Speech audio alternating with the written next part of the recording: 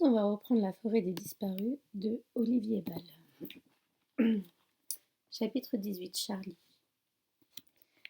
18 avril 2011. C'est ma dernière soirée chez Paul. Demain après-midi, il m'accompagnera au bureau du shérif. Nous nous sommes mis d'accord sur ce qu'on allait raconter.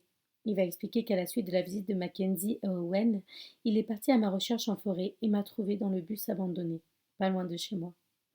Paul ajoutera qu'il a pris le temps de soigner mes blessures, de me donner à manger, pour ensuite me ramener aux autorités. De mon côté, je dirais que j'ai fugué parce que des gamins s'étaient une fois de trop moqués de moi. C'est crédible parce que ça m'arrive tout le temps. Je ne parlerai pas de ce que j'ai vu près du Grove Canyon. Paul m'a promis qu'au bout de quelques jours, il passerait un appel anonyme au shérif pour révéler l'existence de la fosse et de ce qu'elle cache. Et moi, je ne dirai pas un mot sur ce qui s'est passé avec mon père. De toute manière, Paul n'est même pas au courant. Depuis le début de cette horrible histoire, c'est précisément ce qui me pose problème. Que dois-je faire, sachant que papa est certainement impliqué? Comment lui pardonner? J'en ai mal à la tête, tant les questions se bousculent dans mon esprit. Putain de saloperie de bordel de merde! Comme j'aimerais pouvoir sortir et crier ça! Quand ma mère était malade vers la fin, elle m'avait demandé de faire quelques pas dans le jardin avec elle. Il faisait frais, et maman était juste vêtue de son pyjama et de sa robe de chambre. Elle m'avait alors dit de hurler toutes les insultes, les pires gros mots que je connaissais, me promettant que ça me ferait du bien. Voyant que je n'osais pas, elle s'était lancée. Un tunnel hallucinant de jurons, dont certains que je n'avais jamais entendus, étaient sortis de sa bouche. Sa voix avait empli l'air autour de nous. Toute la forêt semblait résonner de ses injures. Elle s'est Pardon. Elle s'est arrêtée au bout d'un moment, tout essoufflée. On s'est regardé et on s'est mis à rire. Puis, ensemble, on a hurlé contre tout ça, contre Redwoods, contre la mort et cette saloperie qui l'a bouffé de l'intérieur. Depuis qu'elle est partie, je le refais parfois dans ma tête, mais ce n'est plus pareil. Ce plan, c'est certainement la meilleure chose à faire. Paul a raison. Je ne peux pas me cacher dans sa cabane pendant des plombes. C'est trop dangereux pour lui, pour moi. Je le comprends évidemment, mais j'ai quand même l'impression qu'il me laisse tomber. Et il s'en rend compte, il culpabilise. Ce soir, il en fait un peu trop. Il est aux petits soins. C'est à la fois touchant et un peu énervant. Il m'a préparé un véritable festin. Des spaghettis meatballs avec du pain grillé et des œufs au plat. Pour lui, un truc pareil, ça relève du repas de gourmet. Je ne voulais pas le vexer. Mais je n'ai pas mangé grand-chose. Je laissais traîner ma fourchette dans la sauce rouge et des pâtes. Durant tout le repas, Paul n'arrêtait pas de répéter que ça allait se passer, que tout allait s'arranger pour moi. Mais j'ai eu l'impression qu'il essayait surtout de se convaincre lui-même. Ensuite, on s'est installé dehors. Paul m'a préparé un thé trop infusé, a posé une couverture sur mes épaules et m'a même laissé m'installer sur son rocking chair. Il a mis un de ses vieux disques, Van Morrison, qu'il m'a dit. Le ciel est dégagé, l'air est doux, et on regarde les étoiles. Ou plutôt, je fais semblant de m'y intéresser. À vrai dire, je ne vois que les crêtes des arbres au bout de la clairière qui ondulent de droite à gauche, comme si la forêt m'attendait pour me reprendre. Je gratte nerveusement la visière de ma casquette. Paul s'en rend compte, semble vouloir me dire quelque chose, mais se ravise et rentre dans le cabanon. Au bout de quelques instants, j'entends des notes de musique qui crépitent, quelques accords de guitare, une basse qui monte, la batterie qui entre et fracasse tout. Puis une voix étrange, haute, à la fois sensuelle et rageuse. C'est quoi? Le morceau qui m'a donné l'idée du nom du chien, Jumpin' Jack Flash des Rolling Stones. Le meilleur antidépresseur au monde. C'est pas un peu fort? Non!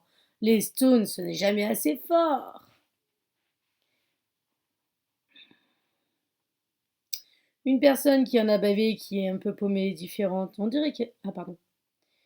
Une personne qui en a bavé, qui est un peu paumée, différente. On dirait qu'elle parle de moi, cette chanson. Paul se marre un peu. Vous vous moquez de moi? Non, au contraire. Tu me fais penser à moi. J'essaie de toujours trouver un sens caché aux chansons. Comme si elle me parlait, qu'elle racontait des choses pour moi. Je pourrais lui dire que je fais souvent ça aussi, sauf que moi je n'écoute pas ces vieilleries. Moi je suis plutôt Red Hot Chili Peppers, Pearl Jam, Radiohead. De la vraie bonne musique. À chaque morceau, c'est un pansement sur mes blessures, une main qui essuie mes larmes. Je pourrais lui dire tout ça, mais je n'en ai pas envie. Je bois une gorgée de thé. Le silence se pose entre nous comme un gros corbac invisible qui n'aurait aucune envie de bouger. Tout en scrutant les étoiles, Paul finit par prendre la parole. Il y a un truc que répétait souvent mon grand-père. Il disait: faut prendre ce qu'il y a de bon, au pire, il y aura toujours les étoiles devant. Avant, je ne comprenais pas. Maintenant, oui. Et alors, ça veut dire quoi? Ça veut dire que toi et moi, on a été un peu pétés par la vie, entre ce qu'elle nous promettait et ce qu'elle nous a donné. Et pourtant, on est là, on continue d'avancer malgré tout. Parce que même s'il ne nous reste plus rien, qu'ils prennent tout, il y aura toujours les étoiles devant. Ces phrases toutes faites m'emmerdent. Moi, je vois pas d'étoiles, je vois pas cette putain de forêt à perte de vue. Ma famille habite ici depuis 5 générations, vous vous rendez compte? 5 générations! C'est comme si la forêt nous retenait prisonniers. Mais moi, je suis pas faite pour cette vie, je suis trop différente. Qu'est-ce que tu veux dire? Les larmes montent, mais je les retiens. Je ne suis pas comme les autres filles, ça se voit, non? Paul me détaille pendant quelques secondes, j'enfonce ma casquette sur mon crâne. Ouais, bon, on va dire que t'es pas l'ado la plus coquette que je connaisse. J'ai envie de me taire, d'aller me coucher, de lui tourner le dos et de ne plus rien lui dire, mais les mots sortent de ma bouche comme un torrent que je ne peux plus contenir. J'ai toujours été comme ça. Pendant longtemps, je me suis convaincue que c'était la faute de mon père. Il m'a toujours fait comprendre qu'il aurait voulu un garçon. Nous, une de nos anciennes familles de Redwoods. Pour lui, il fallait que son sang, son nom survive. Il aurait rêvé, j'en suis certaine, de pouvoir m'emmener à ces parties de chasse réservées à quelques gars de la ville. Comme son père l'avait fait avec lui quand il était jeune. J'ai toujours été une déception pour lui, même s'il me l'a jamais dit. Mais ça se lit dans ses yeux. Et c'est pire depuis la mort de maman. Quelque chose a changé, c'est cassé. Ton père a tort, Charlie. Tu es une gamine formidable. Pff, je suis pas formidable du tout. En réalité, mon paternel y est pour rien. C'est pas vraiment de sa faute si je suis différente des autres filles. Je suis née comme ça, point barre. Ma mère disait que j'étais unique, que je ne rentrais dans aucune case. Pour elle, c'est ce qui me faisait ma force. Elle se trompait. Ici, ça fait tache. Mais tu sens que tu penses, bredouilla-t-il nerveusement. Son hésitation m'exaspère. Vas-y, pose-la ta question, Paul, pose-la. Préférer les filles? Ah, cette question, je sais même pas en vérité. Je ne me retrouve ni dans la poupée Barbie aux cheveux bien peignés, ni dans le bonnet musclé à la mâchoire carrée. Aucun costume ne me va à moi. Parfois, je penche plus d'un côté ou de l'autre. Ça me rend dingue de ne pas savoir, de n'avoir personne à qui parler. À part moi. À part vous, ouais. Toi qui m'abandonnes comme tous les autres. Tu as quel âge, Paul? Je ne sais pas pourquoi je suis brusquement plus familière avec lui. J'en ai marre de mettre les formes. Ça n'a pas l'air de le gêner. Oh, 50 ans et des poussières. Et à ton âge, tu sais qui tu es, peut-être? Non, absolument pas. Tu vois, tout ce que tu viens de me dire, c'est du vent, de belles paroles, rien de plus. Tu as certainement raison, Charlie. Je ne suis pas le meilleur exemple de réussite. Il soupire, puis reprend. Mais tu verras, à certains moments de ta vie, tu te retrouveras à la croisée des chemins face à une décision importante. Tu sentiras alors que quelque chose se joue, quelque chose de capital. Moi, j'ai pris tous les mauvais embranchements. À chaque fois que la vie m'a laissé le choix, je me suis plantée et j'ai foncé dans une impasse. Pleine bourre. Mais toi, tu ne feras pas les mêmes erreurs. Je le sens. J'arrive.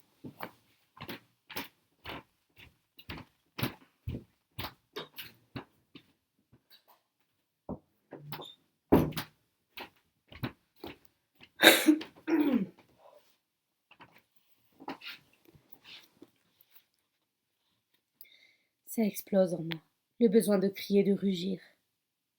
Mais qu'est-ce que tu en sais, hein? Qu'est-ce que tu en as à faire de toute manière? Tu te débarrasses de moi comme tous les autres. Je me lève et vais me coucher, sans un mot de plus. Charlie, je suis désolée. Je ne te laisserai pas tomber. Je ne lui réponds pas et me retourne, en m'étouffant dans la couverture. Après quelques minutes, il se couche à son tour. Il éteint la lumière. Flash vient au pied du lit, me renifle. Je le repousse. J'ai des larmes qui coulent sur les joues. Pourquoi suis-je si énervée? Après tout, je ne peux pas vraiment lui en vouloir. Il a fait ce qu'il pouvait. Seulement voilà. Je me retrouve encore seule, avec ces images qui tournent en boucle dans ma tête, qui ne veulent pas me lâcher. Ne pas fermer les yeux, ne pas dormir, pour ne pas retourner là-bas. Dans l'obscurité, je songe à tout ce que je n'ai pas pu raconter, ce qui est trop terrible, même pour moi. Car en réalité, je suis bien rentrée chez moi ce jour-là. J'ai voulu prévenir mon père. Je pensais qu'il me protégerait. Je suis arrivée épuisée à la maison. J'ai poussé la porte et me suis effondrée dans ses bras. J'ai fondu en larmes, incapable pendant quelques minutes de prononcer le moindre mot. Il a remarqué mon bras blessé et m'a demandé ce qui m'était arrivé. Je lui ai tout raconté, et dans son visage, j'ai vu la stupeur, puis la colère, bientôt balayée par autre chose, de la peur. Sans même me laisser terminer mon histoire, mon père m'a ordonné de m'arrêter net, de ne plus rien dire, qu'il fallait qu'il réfléchisse. Il s'est servi un verre et resté de longs instants à regarder par la fenêtre. Puis il m'a fait promettre de n'en parler à personne, que ça serait dangereux pour moi, pour nous. Il m'a dit de m'enfermer dans ma chambre et de n'ouvrir à personne, à part lui. Il a pris sa voiture, en me répétant qu'il allait essayer de régler ça, qu'il était peut-être encore temps. Je suis restée seule à la maison, terrorisée. J'ai dû me faire un bandage au bras comme je pouvais. Pourquoi m'avait-il laissé ainsi? Après une longue heure, il est revenu et m'a appelé. Il était bizarre. Ses yeux étaient rouges comme s'il avait pleuré. Il m'a assuré que tout allait s'arranger, mais son attitude criait le contraire. Il m'a tendu de comprimés et a insisté pour que je les prenne, pour que je puisse dormir un peu. Puis il m'a dit le lendemain matin, on irait prévenir le shérif Jerry. Lorsqu'il m'a tendu un verre d'eau, j'ai placé les comprimés dans ma bouche, bu une gorgée. Je les ai gardés sous ma langue. Il y avait quelque chose dans sa voix trop douce, dans son sourire crispé, qui m'a mise en garde. Il m'a conseillé ensuite d'aller me reposer dans ma chambre. Je suis montée et j'ai craché les médicaments dans les toilettes. Et puis, il y a eu ce moment que j'aimerais oublier, plus que tout, plus encore que l'homme rouge. Ces quelques minutes où tout ce qui tenait encore fragilement debout dans ma vie s'est soudainement effondré pour me plonger dans ce terrible cauchemar. Je suis en train de m'endormir. En bas, mon père fait les 100 pas. Il se parle à lui-même. Au bout d'un moment, j'entends des pas dans l'escalier. Je me dis à cet instant qu'il va lui aussi se coucher. Puis il s'arrête devant la porte de ma chambre entr'ouverte. Son ombre s'étire sur le seuil. Il reste immobile longtemps. Je me souviens m'être demandé ce qu'il faisait. Il pousse la porte et s'approche de moi, lentement. Je fais semblant de dormir. Il reste au-dessus de moi. Il renifle, peut-être pleure-t-il, mais je garde les yeux fermés. Son haleine pue l'alcool. Il m'embrasse la joue puis chuchote. Je suis désolée. Et là, la terreur. Il plaque un coussin sur mon visage. Au début, je ne comprends pas. Je ne veux pas y croire. Mon père appuie plus fort. Mon corps refuse de réagir car mon esprit ne peut accepter ce qui se passe. Ne peut accepter ce qui se passe. Comme si je ressentais une décharge, je me débats. J'essaie de crier, de lui demander d'arrêter, mais ma voix ne porte pas. Tandis qu'il maintient ses deux mains plaquées de chaque côté du coussin, je me mets à le taper de toutes mes forces. J'entends ses paroles, comme provenant de très loin. Il n'est pas le choix, Charlie, je suis désolée, j'ai essayé. Mes poings se referment et frappent les côtes de mon père. Je m'asphyxie, mes forces me quittent peu à peu. J'essaie de plaquer mes mains sur mon visage, je sens des larmes. Je tente de le repousser avant qu'il ne me reste d'énergie. J'attrape son cou, le griffe. Je tente désespérément de respirer et que ma gorge produit un long râle.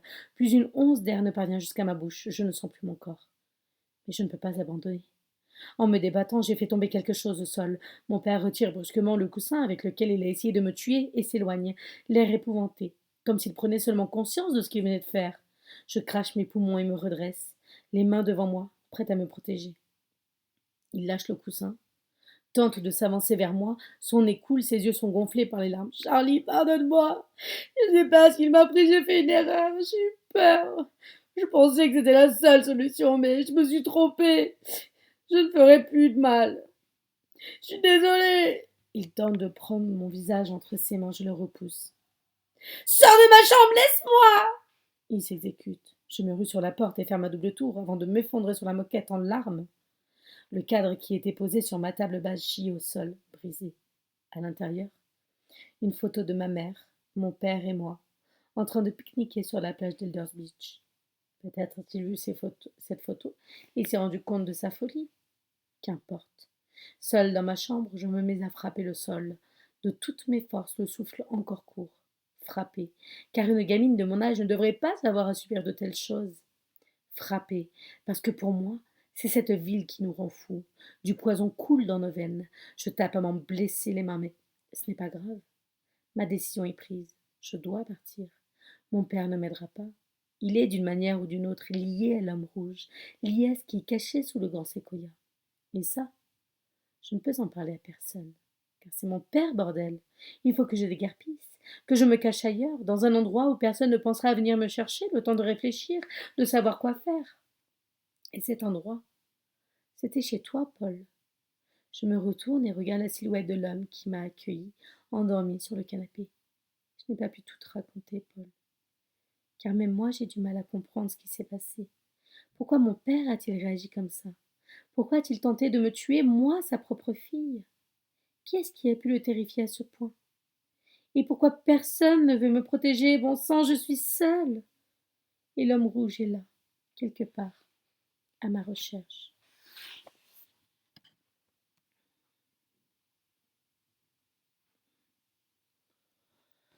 Chapitre 19. Lorraine, 19 avril 2011. Voilà 2 jours que je suis en congé, sans vraiment parvenir à trouver du repos. Je crève d'envie de retourner au poste, aider Jerry et les autres, même si on me l'a formellement interdit.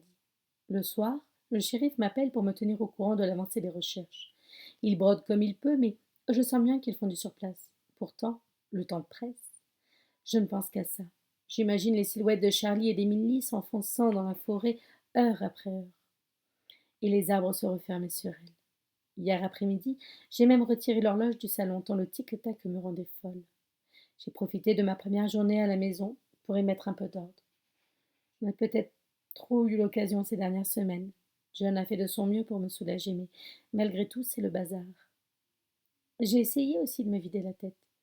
Hier, j'ai fait une longue promenade sur la plage. Sentir le vent et les embruns me fouetter le visage, entendre des rires des enfants au loin et repenser à ceux qui résonnaient chez nous dans une autre vie. Ce matin, j'ai eu envie de jardiner. C'est le début du printemps. J'aurais pu tailler quelques arbustes, peut-être acheter des plantes. Mais je me suis arrêtée sur le pas de la porte. Avant, c'était notre truc à Alex et moi. On aimait bien passer du temps à s'occuper du jardin ensemble. Ce n'était pas habituel pour un garçon, mais il aimait ça, vraiment. Aujourd'hui, il ne reste presque rien du jardin qu'il aimait tant. Son parterre de tulipes, le long de la clôture, ne fleurit plus depuis longtemps. Ce ne sont plus que des tiges noires et desséchées que je n'ai jamais pris le temps d'arracher. Notre voisin, le vieux David Miller, m'a d'ailleurs fait une remarque à ce sujet. Mais c'est dommage que vous ne preniez plus soin. Miller, comme tous les autres habitants du village, du voisinage, les Fallman, les Greenhout ou les Wackenfield, n'appréciaient guère que je laisse notre jolie maison décrépir. Bonsoir Lou, merci, c'est gentil. Ça donne une mauvaise image, ça gâche un peu la vue sur Elder Beach Drive, l'avenue qui borde l'océan.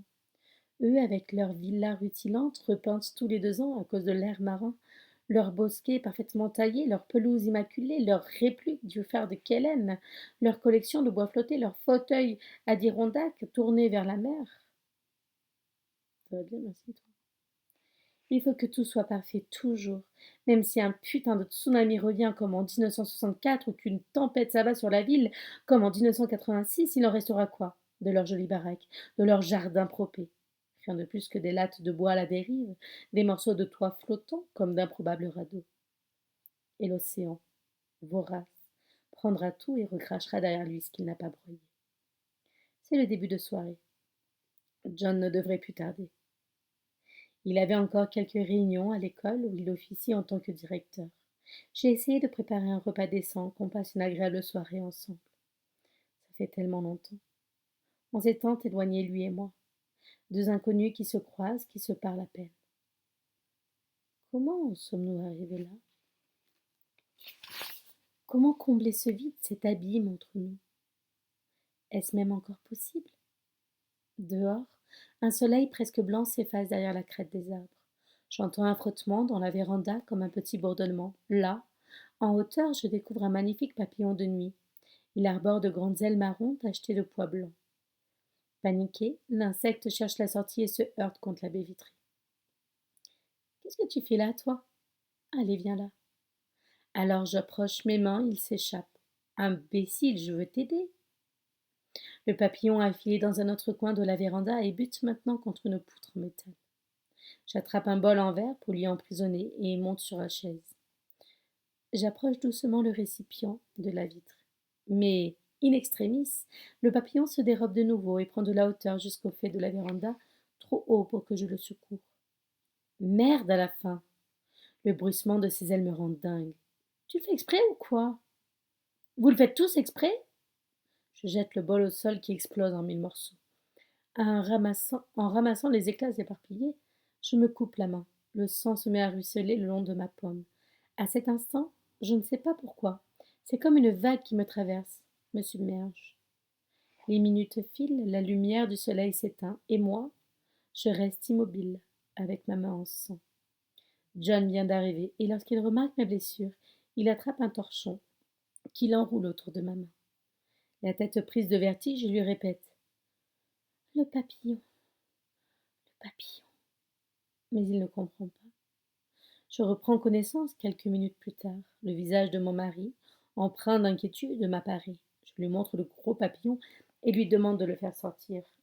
Mais c'est quoi cette histoire, Lorraine? On s'en fout de ce papillon, il faut que tu te reposes. Non, c'est important. Il faut qu'il sorte. John, ouvrant la baie vitrée, un vent d'air frais pénètre dans la maison. Il se saisit d'un balai et le soulève brosse vers le haut, à la verticale pour tenter de guider le papillon vers l'extérieur. C'est à la fois touchant et un peu ridicule. Je ne peux m'empêcher de réprimer un petit rire. John me lance un regard noir. Ah, ça va, hein, je fais ça pour toi, alors je ne vais rien entendre. C'est comme tu veux, Lou. Il n'y a aucune obligation. Je souris encore quand John revient s'asseoir à mes côtés. Il va vouloir me parler. Je le sais. Ça fait des jours qu'il me tourne autour, qu'il hésite. Lorraine, je sais que tu as raté tes derniers rendez-vous avec le docteur Burginman. Je comprends que tu ne veuilles pas en parler avec moi, mais il faut que ça sorte. Je n'ai rien à dire, je tiens le coup. Merci pour le suivi, c'est gentil. Merci à toi. Mais regarde-toi, bon sang, on peut pas continuer comme ça, à faire comme si de rien n'était. Tu te caches derrière ton enquête. Mais ça, à bout de l'intérieur, je te connais par cœur. Je n'en peux plus, moi, de ce silence entre nous. Qu'est-ce que tu veux que je te dise? Je voudrais juste qu'on puisse se parler, sans que tu t'énerves ou que tu trouves un moyen de fuir. Je voudrais qu'on arrête de faire semblant. Alex est parti, Lorraine. Volatilisé sans même laisser un mot, une note derrière lui. Son appartement parfaitement rangé sans rien qui dépassait. Ce silence qui l'a accompagné toute sa vie. Déjà, quand il était plus jeune et que je découvrais les traces de mutilation qu'il s'infligeait sur les bras, les jambes, que je lui demandais pourquoi il faisait du mal, il me répondait qu'il ne savait pas. Me promettait qu'il allait cesser. Mais ça continuait. Il reviendra pas, Lorraine. Arrête avec ça, tu n'en sais rien. Le téléphone sonne, c'est Jerry. Lorraine, j'ai une bonne nouvelle. On vient de nous ramener la petite Charlie Sanders. C'est Paul Green, le type qui vit en forêt, l'étranger, qui l'a retrouvée pas loin de chez elle. Ce n'était qu'une fugue. Elle est saine et sauve, Lorraine. Je vais l'interroger rapidement et la laisser rentrer avec son père. Puis-je me charger de vérifier comment Green l'a ramenée? J'arrive. Chapitre 20. Alex. 8 novembre 2008. Si tu lis ces mots, maman, c'est que tu as trouvé ma note et que tu as compris où chercher. Je savais que tu y arriverais. Par où commencer? Déjà par te dire, maman, que je suis désolée, mais je ne tiens plus. Je n'y arrive plus. Il faut que je parte. Je n'ai pas d'autre choix.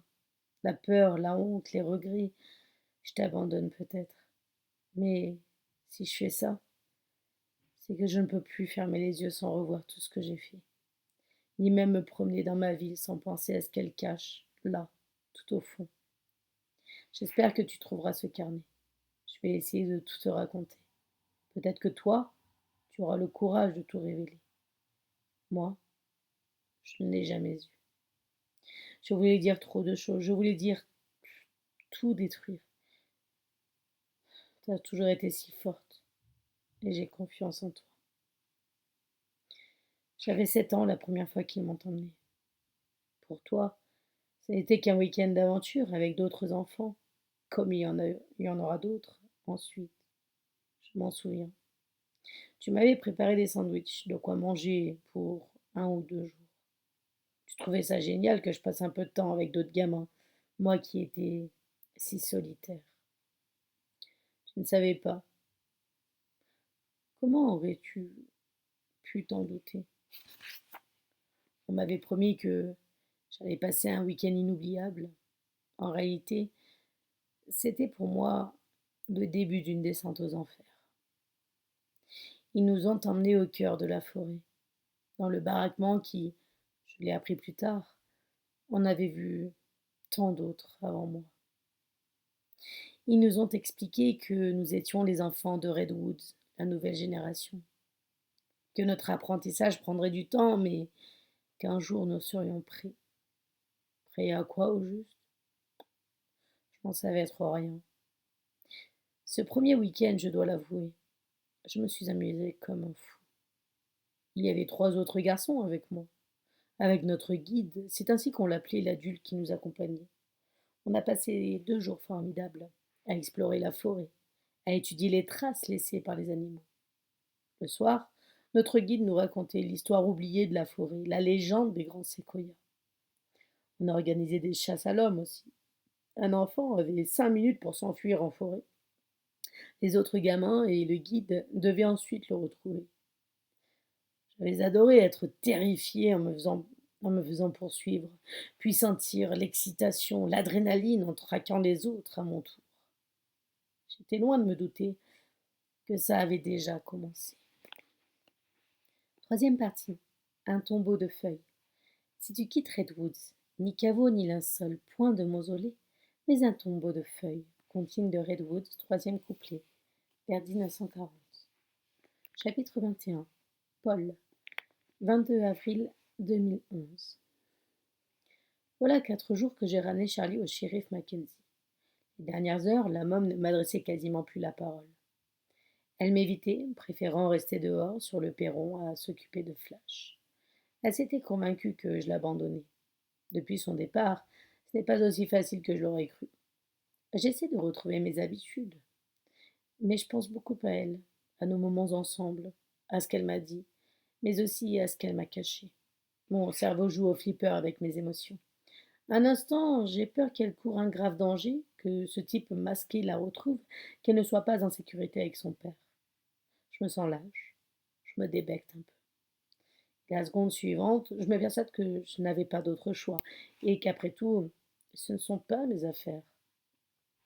En amenant Charlie au poste, je savais que j'attirerais l'attention sur moi, mais pas à ce point-là. Après m'avoir placé en garde à vue pendant des heures, Mackenzie m'a longuement interrogé. Les mêmes questions encore et encore. Au bout d'un moment, Lorraine Gifflin, son adjointe, s'est aussi pointée et a commencé à me parler d'Emily Bennett. Elle m'a demandé si je l'avais croisée et si je savais quoi que ce soit à son sujet. J'ai dû mentir. J'avais peur, à chaque phrase, d'être démasquée. Mais je m'en suis sortie. Pour autant, il monte à l'œil. Plusieurs fois par jour, une voiture du shérif longe lentement ma propriété. En ville, le regard des habitants aussi a changé.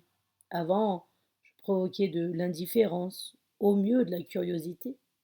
Maintenant, quand je vais faire mes courses ou boire un verre au Blackstone, je sens des coups d'œil appuyés, des messes basses sur mon passage. Personne ne sait réellement ce qui s'est passé, mais tout le monde se méfie de moi. J'ai beau avoir ramené Charlie à la police, pour eux, je n'ai rien d'un héros. Au contraire, ils trouvent ça louche. L'étranger n'avait pas le droit de retrouver la gamine du coin avant eux. Ils la cherchaient tous, et j'aurais volé leur victoire. Des mensonges et des promesses non tenues. C'est l'histoire de ma vie. En effet, je n'ai pas encore révélé à la police ce qui se cache sous le séquoia géant. J'ai peur de ce qui s'ensuivra, peur qu'il retrouve des traces qui lui permettraient de remonter jusqu'à moi. Cet après-midi, je décide de passer chez les Sanders pour prendre des nouvelles de la môme. Je me garde devant la bâtisse fatiguée. Son père m'ouvre la porte. Il semble crevé, les yeux noircis de grosses cernes. Sur le qui-vive, il reste en retrait derrière la chaîne d'un entrebâilleur. Qu'est-ce que vous me voulez? Bonjour, monsieur Sanders. Je voulais juste savoir comment allait votre fille. Bien, elle se repose. Je peux lui parler une minute? Non. Hmm. Je me disais que ça lui ferait plaisir de voir un peu mon chien. Elle l'aime bien. J'ai dit non. Je peux savoir pourquoi? Parce qu'elle m'a dit qu'elle voulait pas vous causer. Bon. Tenez, j'ai un petit quelque chose pour elle. Plutôt, j'avais roulé jusqu'à Brookings pour trouver une grande surface. J'y avais acheté quelques CD, Jimi Hendrix, les Rolling Stones, Deep, Deep Purple, Grateful Dead. Et en passant en quai, j'étais tombée sur un beau livre sur les oiseaux de la région, avec de jolies illustrations. Je m'étais dit que ça ferait aussi plaisir à la môme. William Sanders attrape le sac et jette un coup d'œil rapide. Je vais lui donner, mais ensuite, je ne veux plus vous voir ici. Parce que vous lui voulez à ma fille. Mais si je vous vois encore traîner dans le coin, je préviens le shérif. Je veux juste m'assurer qu'elle va bien. Elle a tout de même vécu une expérience difficile. Elle en a vu d'autres, c'est pas votre problème. Il me claque la porte à la gueule. Je tire Flash par la laisse. Il émet un grognement qui résume parfaitement mon sentiment. En m'éloignant, je fixe la fenêtre à l'étage, celle de sa chambre. Charlie m'a dit qu'elle dormait là-haut. Je crois surprendre une ondulation des rideaux, puis une silhouette se fondre dans l'ombre. Ai-je commis une erreur? Aurais-je dû garder la môme avec moi? Non, faut que j'arrête ça. Ce n'est pas ma vie, ni ma fille. Je ne dois pas oublier mon credo, ne pas me mêler de la vie des autres pour ne plus souffrir. Pourtant, non, je lis pas pour des gens, on aurait dit. Enfin, si, via les plateformes. Pourtant, malgré moi, je sens que je replonge. Mon chien me regarde avec des yeux tristes. Je lui lance. Toi, ça va, hein, c'est pas le moment. La nuit est en train de tomber quand j'arrive chez moi. En approchant de la cabane, je remarque que la porte d'entrée est entr'ouverte. Il y a un problème. Quelqu'un est venu. Vas-y, Flash, va voir, dis-je. S'il y a quelqu'un, tu attaques. Le clébard me fixe, puis va nonchalamment pisser sur un tronc d'arbre. Con de chien. Pas le choix. J'attrape un bout de branche et franchis les quelques marches menant au perron. Il n'y a pas de souci, merci beaucoup, au plaisir. Soirée à toi. Je pousse la porte qui s'ouvre dans un grincement. Malgré la pénombre, je remarque que la cabane a été retournée. Les étagères sont vidées, la vaisselle est brisée, l'armoire béante avec tous mes vêtements qui dégueulent au sol. Heureusement, la cache n'a pas été découverte. J'y ai dissimulé les photos Polaroid de Charlie et celles que j'ai prises. Je m'apprête à allumer la lumière quand, surgissant des ténèbres, une ombre fond sur moi et me plaque au sol. Je m'écrase de tout mon poids sur le parquet. Un homme est là, au-dessus de moi. Il me serre les bras dans le dos et m'appuie son genou entre les omoplates. J'ai du mal à respirer. Il m'attache les mains avec une corde, mais que se passe-t-il? L'agresseur me retourne brutalement sur le dos et il m'apparaît enfin. Il est entièrement vêtu de noir, porte des gants et une cagoule marron parcourue de larges entailles verticales. On dirait qu'elle a été déchirée et recousue à plusieurs reprises à l'aide d'un grossier fil rouge, créant une boursouflure sur la maille. Des cicatrices. Il n'y a que 2 trous circulaires pour les yeux. Le bas de la cagoule qui s'étire jusqu'au torse est composé de lambeaux de tissu retenus entre eux par ce fil rouge. On dirait une horrible bouche ensanglantée, écorchée de toutes parts. Des bouts de corde pendent du cou tels des tentacules. Charlie avait raison. L'homme rouge existe. Et il me fait face. C'est lui le tueur d'Emily Bennett. C'est lui qui a tranché la gorge de la jeune femme et l'a enterrée à Groove Canyon. Est-ce là qu'il compte m'emmener, moi aussi? Une peur viscérale me saisit. Se dégage quelque chose de terrifiant de cet homme. Sa manière de m'observer, son calme et ce masque parcouru de balafres rouges. Sans m'en rendre compte, je commence à ramper sur le sol pour m'éloigner. L'homme rouge me laisse faire, amusé, puis, de sa ceinture, il tire une longue lame comme une sorte de machette recourbée dont le tranchant est rouillé.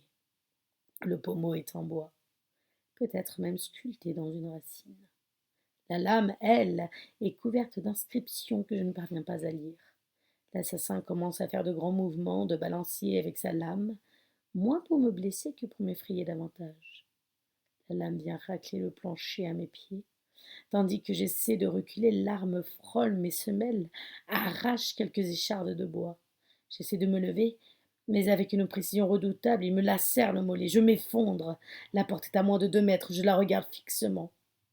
Comme pour me faire comprendre qu'il n'y a pas d'échappatoire possible, l'homme rouge la laisse ouverte, mais me traîne en arrière jusqu'à ma position initiale. Et la lame pointée sur mon cou s'accroupit à mes côtes. Il me parle en chuchotant, un murmure plus effrayant que tout ce que j'ai jamais entendu. La fille Sanders, qu'a-t-elle dit? Chuchote-t-il lentement. Elle ne m'a rien dit, je l'ai juste trouvée dans un bus abandonné. Elle était épuisée et blessée, c'est tout. Elle n'est restée que quelques heures avec moi. Il se relève et m'envoie un énorme coup de pied dans les côtes. Je crache mes poumons.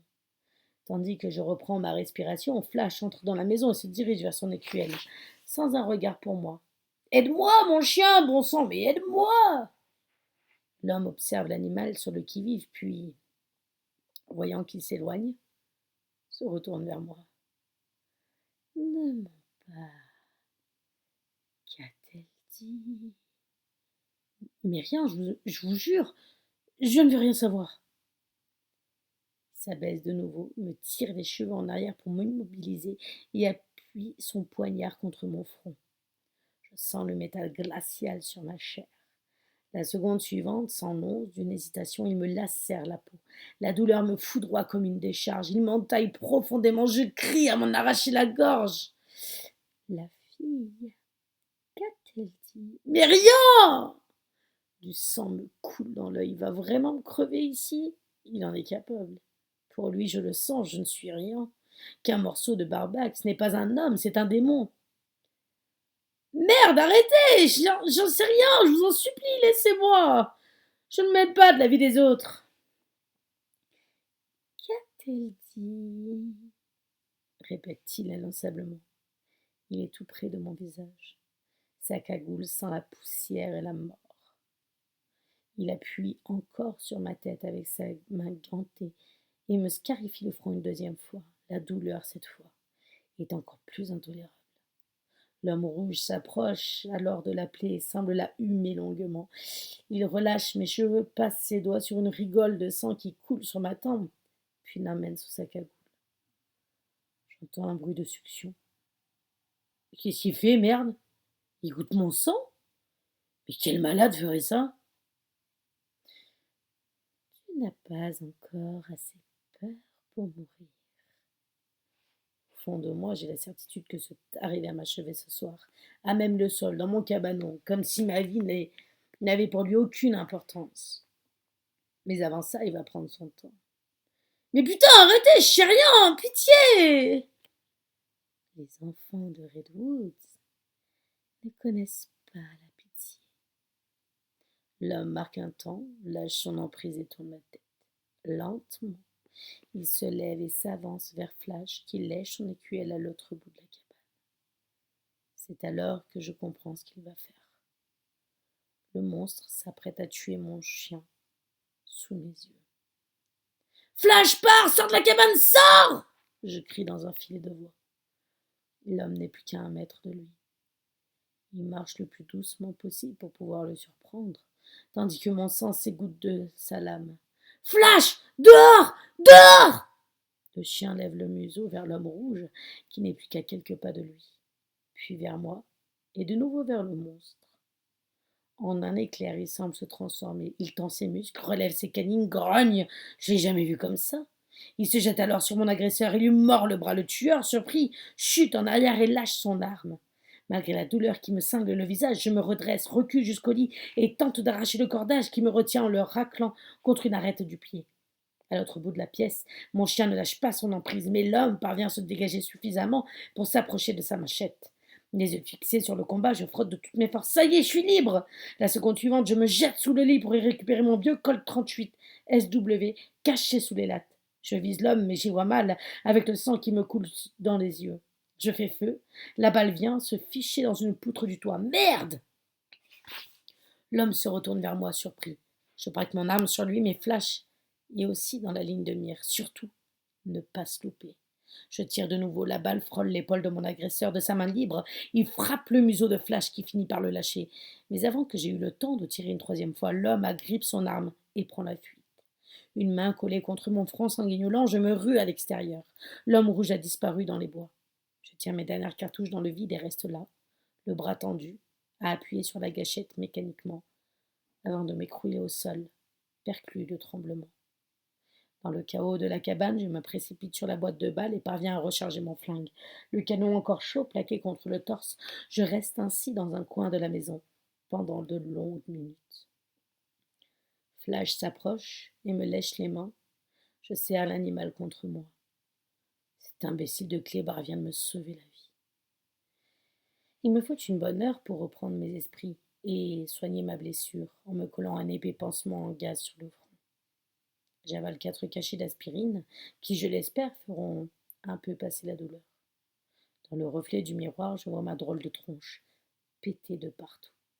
Quelques cicatrices de plus, Paul. Ma décision est prise. Pas une minute à perdre, j'ai trop attendu. J'embarque dans ma voiture, roule jusqu'à la vieille cabine téléphonique de la station-service à la sortie de la ville. J'appelle. Une voix féminine me répond. C'est Lorraine Gifflin, la première adjointe. Je suis rassurée de ne pas tomber directement sur le shérif. Des cadavres ont été cachés dans la forêt. Celui de la disparue, Emily Bennett, et d'autres dans des fosses, au pied d'un grand séquoia près de Groove Canyon, à environ 10 minutes du début du sentier de randonnée, sur la droite, en hauteur. Il y a au moins 5 corps là-bas. Vous devez y aller vite, avant que le coupable ne les déplace. Comment? Mais qui est à l'appareil?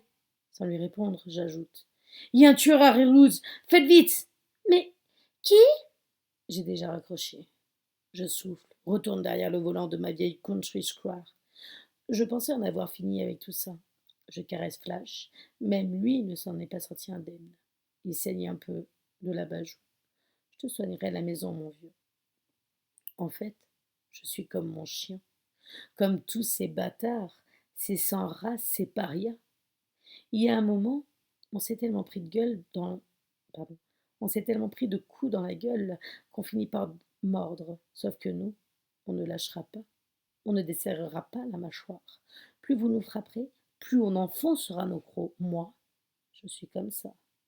Il y a quelques heures, je pouvais encore me cacher derrière mes doutes. Mais plus maintenant. Cette fois, il va falloir plonger. Salut à vous. Je pensais pourtant ne plus avoir à foutre les pieds dans cette mélasse, ces territoires maudits. Une fois que l'on commence à descendre dans les tréfonds de l'âme humaine, dans ce que l'homme a de pire, on s'embourbe et on ne remonte jamais vraiment.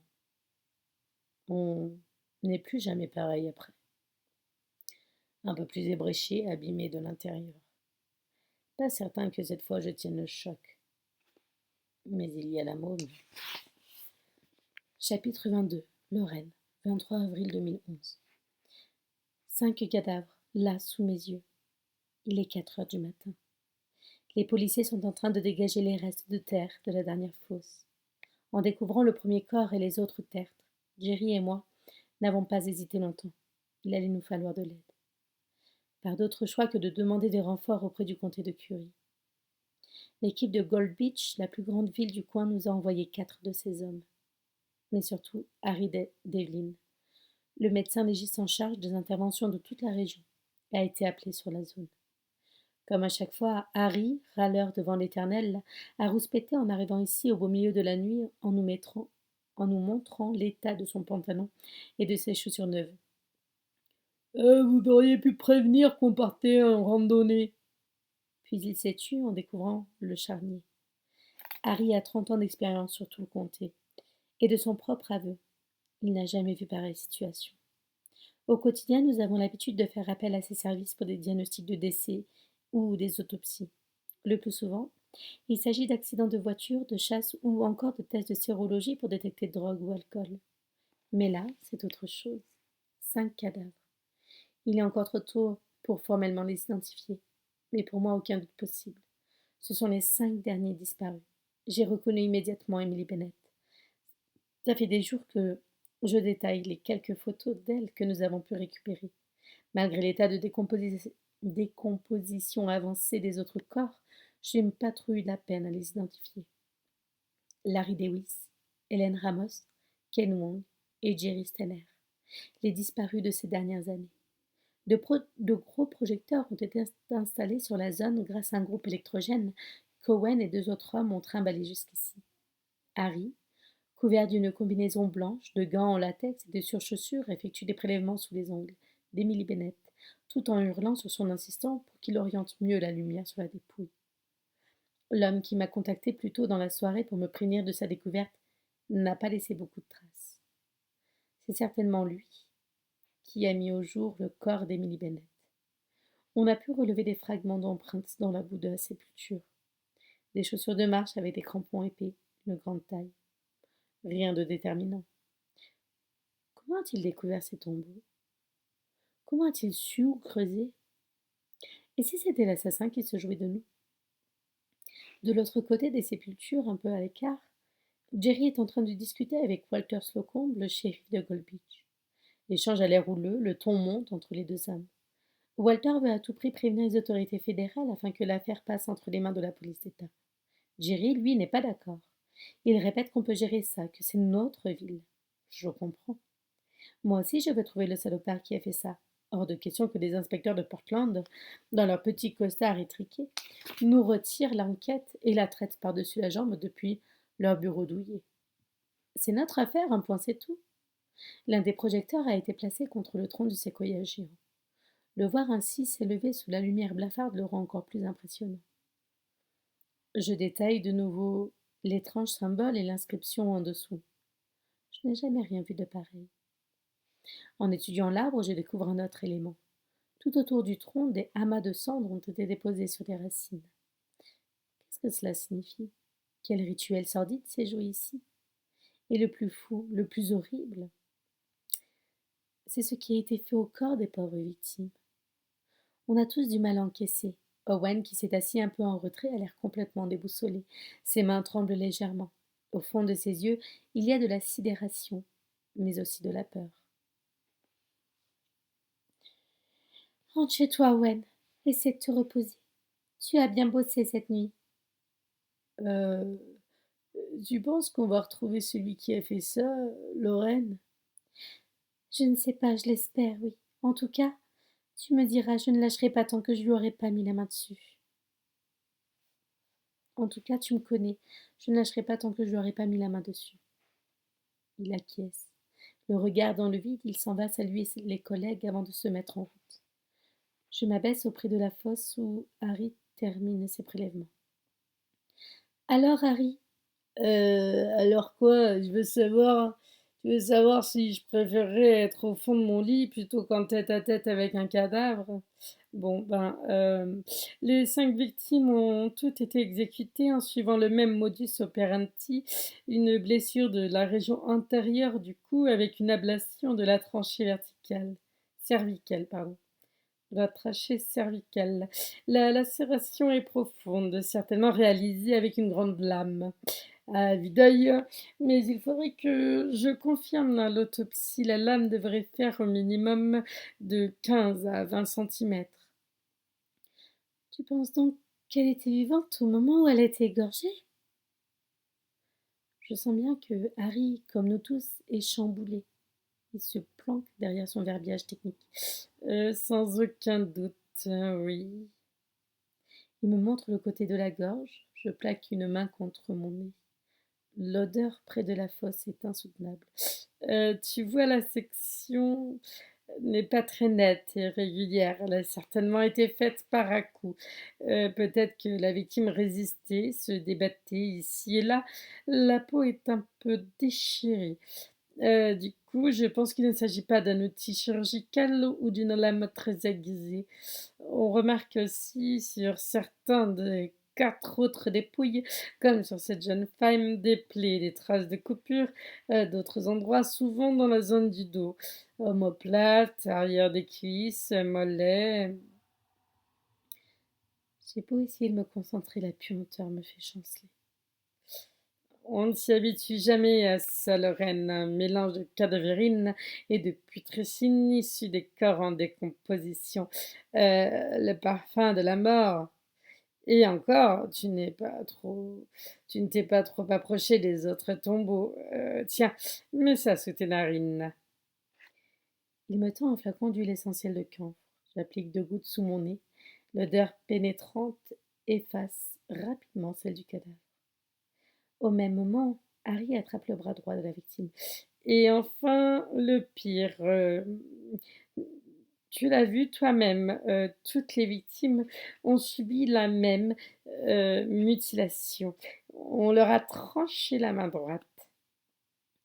J'étais au courant, bien évidemment, mais en parler ainsi, je réprime un frisson.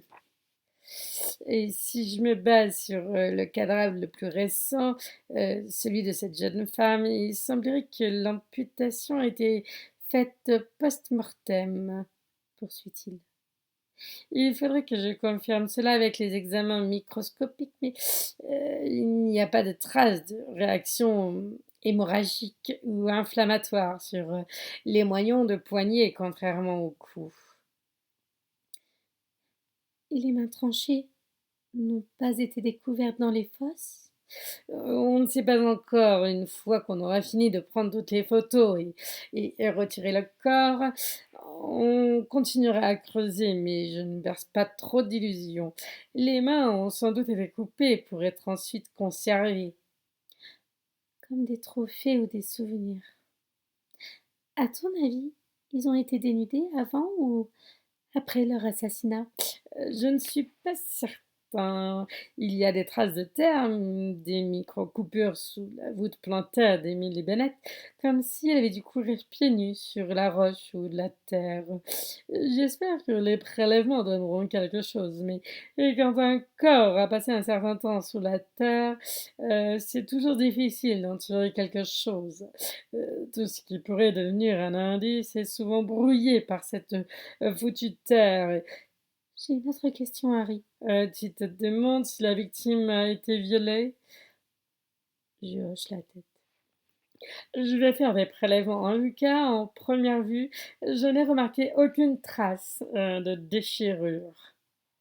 Harry se hisse hors du trou, retire ses gants en latex dans un claquement et replace ses lunettes carrées qui glissent sur l'arrêt du nez. C'est inhumain ce qui vient de se passer. Merde! Comment peut-on faire ça? On va retrouver l'assassin. Et il payera. La forêt est trop grande, Lorraine. On le retrouvera, je te dis. Sans m'en rendre compte, j'ai élevé la voix.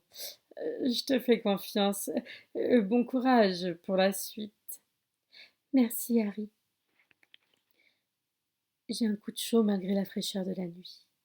Mon cœur tambourine. Je m'éloigne un peu, m'enfonce fonce dans les ombres. Je ne veux pas qu'on me voie flancher.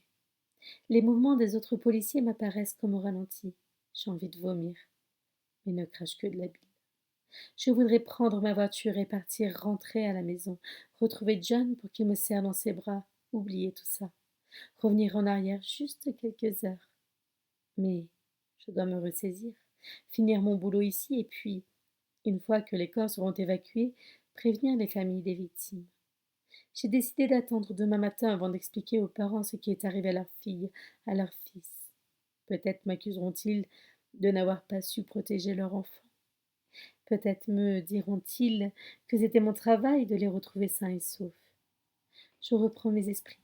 Devant moi, la silhouette du séquoia géant, éclairée à contre-jour par les projecteurs, une stèle gigantesque, la marque du tombeau maudit. 5 corps gris, la gorge ouverte sur une dizaine de centimètres, égorgés avec un couteau, mutilés, leurs mains tranchées. Des jeunes fauchés par une main invisible, des innocents qui sont morts seuls, terrorisés.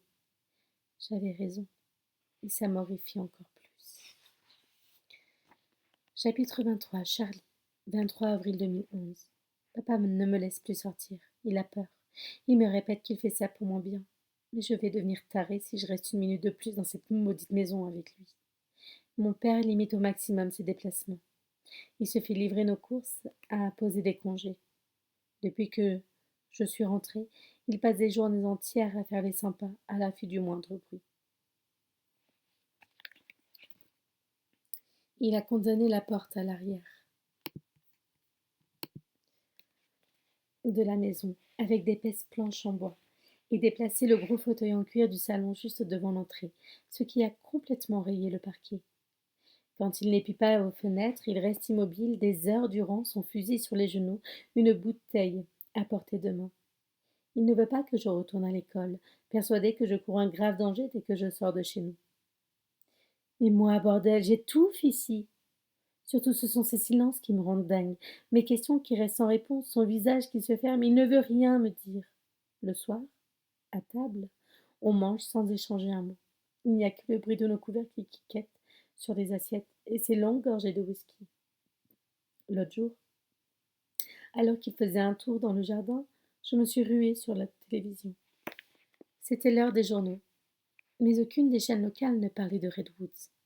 Paul m'aurait-il trahi en ne révélant pas l'existence de la tombe du shérif? Pourquoi personne n'en parle?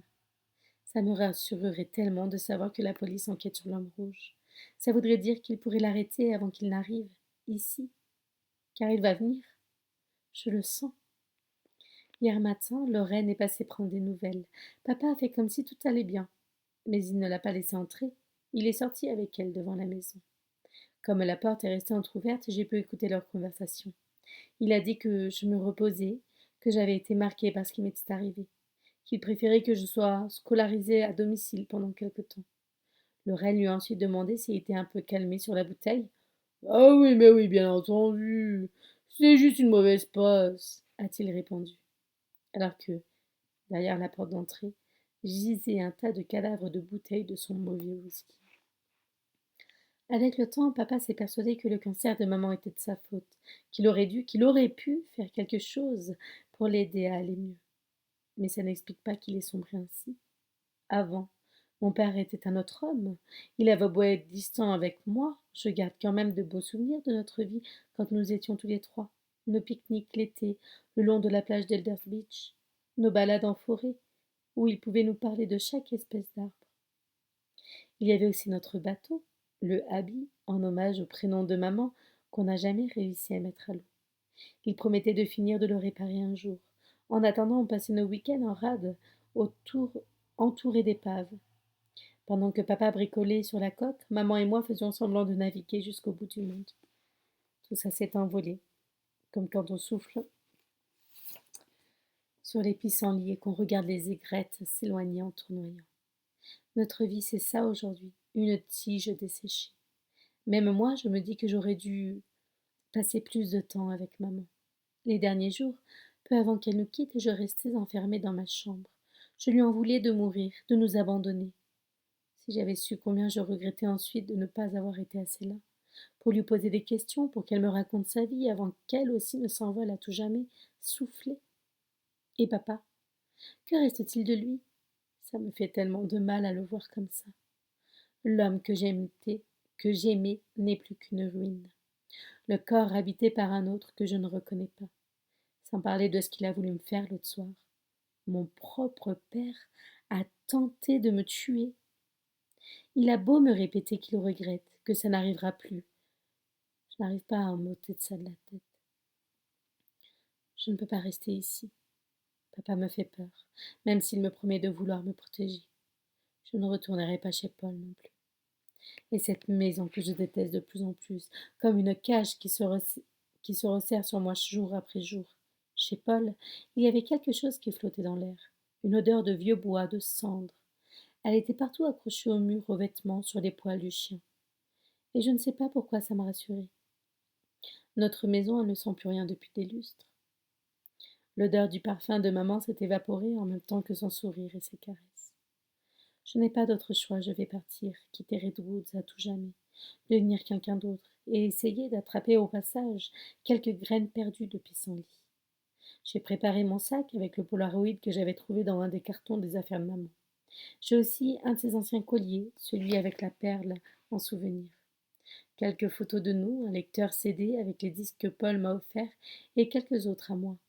Les 47 $ qu'il y avait dans ma tirelire et un couteau. C'est la fin de l'après-midi. Un brouillard épais s'accroche à la forêt depuis ce matin. C'est le moment. Après m'être assuré que mon père dort sur son gros fauteuil, je sors sur le toit le plus silencieusement possible. Je me laisse glisser comme la dernière fois, puis je saute. Je fais un bruit pas possible en me réceptionnant et retiens ma respiration. Pas de mouvement dans la maison. Ouf, c'est bon. Il ne m'a pas entendu. Je me mets à courir le long de Myrtle Road, puis au bout de quelques minutes sur la 101. Je vais bien trouver quelqu'un qui m'emmènera loin d'ici en stop. Direction le sud, la Californie, le soleil, la chaleur, l'ailleurs. Je marche en scrutant l'épaisse brume grise, mais aucune voiture n'arrive. Je resserre les lanières de mon sac à dos et accélère le pas. Il faut que je m'éloigne un maximum. La bruine commence à humidifier ma veste en jean, ma casquette. On n'y voit pas à 5 mètres. C'est une vraie purée de bois. Je ne sais même pas si un automobiliste pourrait me repérer en passant. Même moi qui connais très bien le coin, j'ai un peu de mal à m'y retrouver. Tout semble différent, comme si on avait brouillé le monde avec un gigantesque crayon à papier. Sur les côtés, on ne discerne que les premières rangées de troncs de séquoia. Derrière, c'est le flou. Même les sons semblent étouffés. Il ne faut pas que je commence à avoir peur. Je ne peux pas ralentir, rien ne m'arrêtera. Un bruit au loin. Oui, c'est un moteur. Une voiture arrive derrière moi. J'ai du mal à distinguer quoi que ce soit. Les phares anti-brouillard apparaissent, la voiture roule au ralenti. Je lève les mains pour faire des grands signes. Et les deux boules lumineuses des phares grossissent puis semblent s'arrêter à une quinzaine de mètres. Eh oh! Je crie en continuant à agiter les bras. Mais l'engin reste immobile. Je ne reconnais pas le modèle, et le moteur ronronne dans le silence de la forêt. Mais que se passe-t-il? Et si c'était lui? L'homme rouge? Non. Charlie, pas de panique. Je longe la route d'un bon. Pardon. Je longe la route d'un bon pas et me retourne à plusieurs reprises. La voiture a redémarré et roule lentement en me suivant à distance. Je me mets à courir. Dois-je m'enfoncer dans la forêt?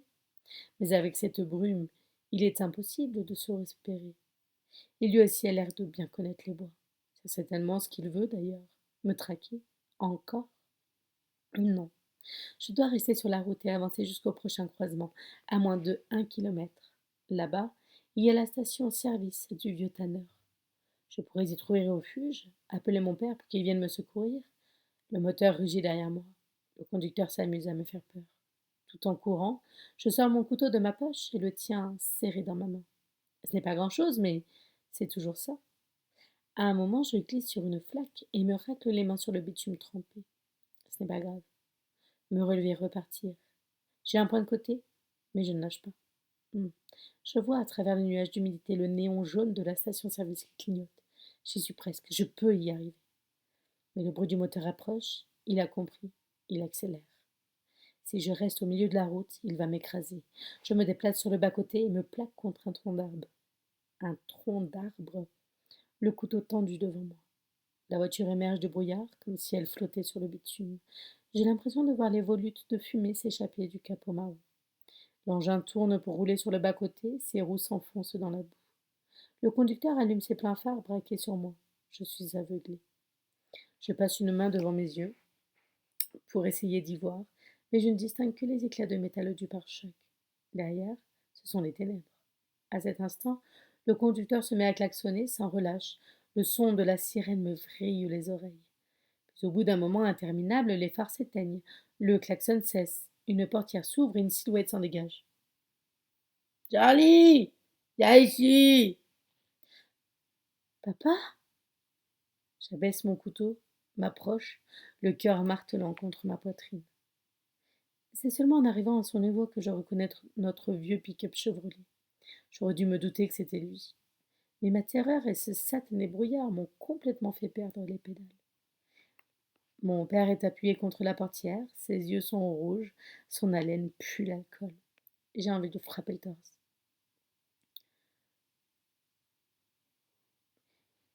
Mais ça ne va pas, pourquoi tu as fait ça? C'est la folie de sortir, Charlie. Je voulais que tu comprennes ce qui t'attend si tu essaies de t'enfuir. Tu peux t'estimer heureuse que ce soit moi qui t'ai retrouvé. Maintenant, monte. Non, je ne rentrerai plus. Je veux partir loin. Je remarque qu'il a pris son fusil et l'a déposé à ses côtés sur la banquette. Monte, je te dis. Tu es en danger.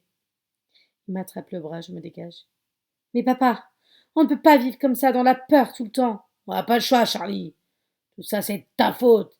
Si tu n'avais pas fait ta curieuse aussi. Si tu étais restée à ta place comme tout le monde. C'est ta faute, tu comprends? Je veux te protéger, ma fille. Un point, c'est tout.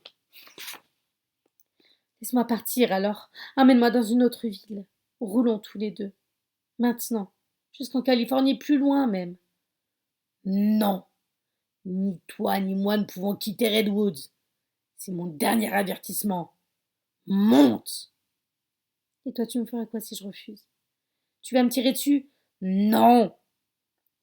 Il s'essuie le front trempé par la bruine et reprend. Par contre, si tu tentes encore de t'enfuir, j'irai voir ton ami Paul et je m'occuperai de lui et de son chien. Non. Je te connais, tu ne ferais jamais ça. Il donne un coup fort sur le capot du pick-up. Tu ne sais rien de moi. Tu ne sais pas ce dont je suis capable. C'est ce que j'ai fait, maintenant monte. Faut qu'on se mette à l'abri. Son regard à cet instant. Il ne bluffe pas. Si je ne monte pas, il s'en prendra à eux. Sur le chemin du retour, il ne m'adresse plus la parole. Dans le rétroviseur, le néon de la station-service disparaît dans le voile gris d'humidité. Je ne verrai jamais le bout de cette route. Elle me ramènera toujours sur ses pas, comme si je tournais en boucle, comme si je tournais en boucle, prisonnière de cette ville, de cette maison, de cette vie. Chapitre 24. Paul, 25 avril 2011. Que se passe-t-il dans la baraque des Sanders? Le père William est sur le toit, en train de clouer des planches sur la fenêtre de la chambre de Charlie. J'observe la maison à bonne distance avec mon téléobjectif. Je n'ose pas m'approcher. D'autant que Sanders ne se déplace pas sans son fusil à l'épaule. Il a l'air encore plus à bout et terrorisé que la dernière fois. A-t-il lui aussi croisé la route de l'homme rouge? Ou reçu des menaces? Et cette pauvre môme, comment l'aider? Je m'en veux. J'aurais dû agir différemment. J'aurais jamais dû rendre Charlie à son père. L'histoire se répète, Paul. Tu foires tout, comme toujours.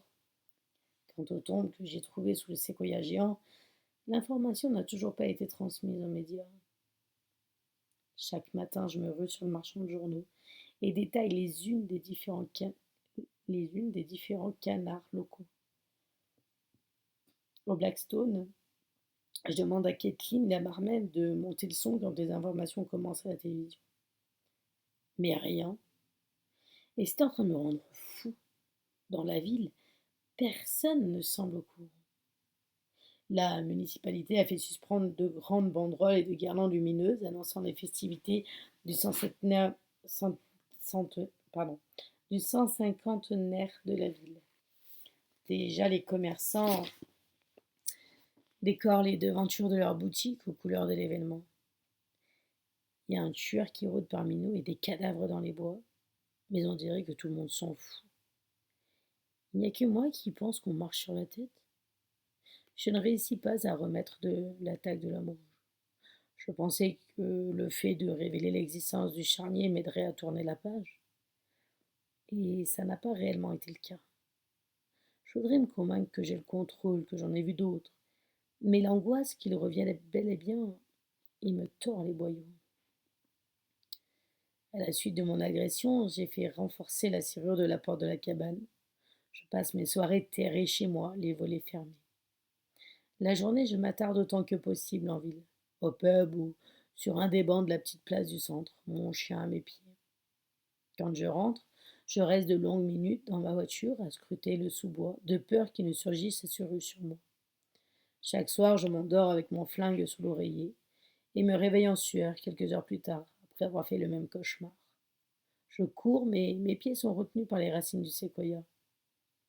La forêt se referme sur moi, tandis que l'homme rouge s'approche et que son masque s'ouvre grand pour me dévorer. J'ai peur pour moi, pour Charlie, évidemment, mais aussi pour toutes les victimes qui pourraient encore tomber entre ses mains. Tant que la presse ne s'emparera pas de cette affaire, l'homme rouge continuera à agir sans être inquiété. Mais puisque personne ici ne semble vouloir exposer les faits au grand jour, je m'en chargerai. Alors, la ville n'aura pas d'autre choix que de prendre des mesures. J'arrive dans les locaux de l'Union Gazette. À peine ai-je entrouvert la porte qu'Alvin m'assaille de questions. Pas surprenant. Je l'ai appelé un peu plus tôt pour lui dire que j'avais un scoop. Le jeune homme frétille d'impatience. Du calme, Alvin. Avant toute chose, je veux qu'on se mette d'accord sur un point. 1. Je ne vais être cité nulle part dans ton article. Personne ne doit savoir que je suis ta source. 2. On partage 50-50 tous les bénéfices de ton article et des infos que tu vendras aux autres médias sur cette affaire. Car je peux te l'assurer, d'autres canards vont vouloir ton histoire et tes photos. Ok, Paul. Quoi de neuf, docteur? Pardon? Quoi de neuf, docteur? Rapport à ta casquette? J'avais oublié.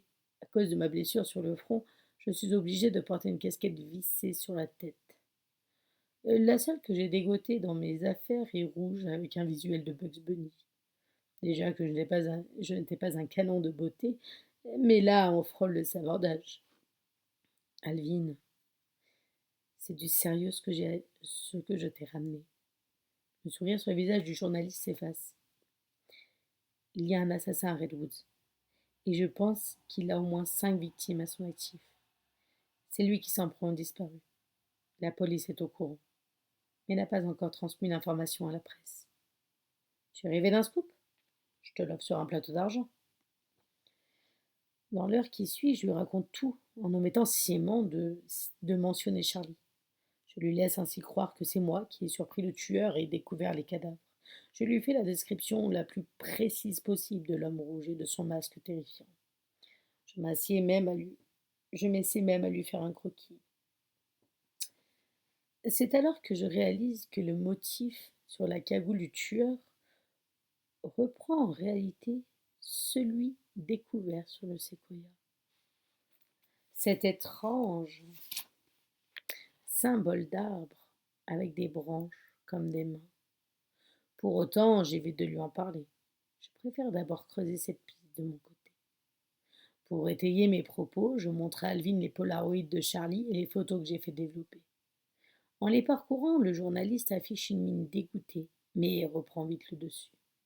J'ai même l'impression qu'au fond de lui, il ne ressent pas vraiment d'empathie pour la pauvre Emily Bennett dont le corps gît, blafard, au fond de la fosse sous la lumière du flash. Lui, tout ce qu'il voit, c'est l'article qu'il peut en tirer.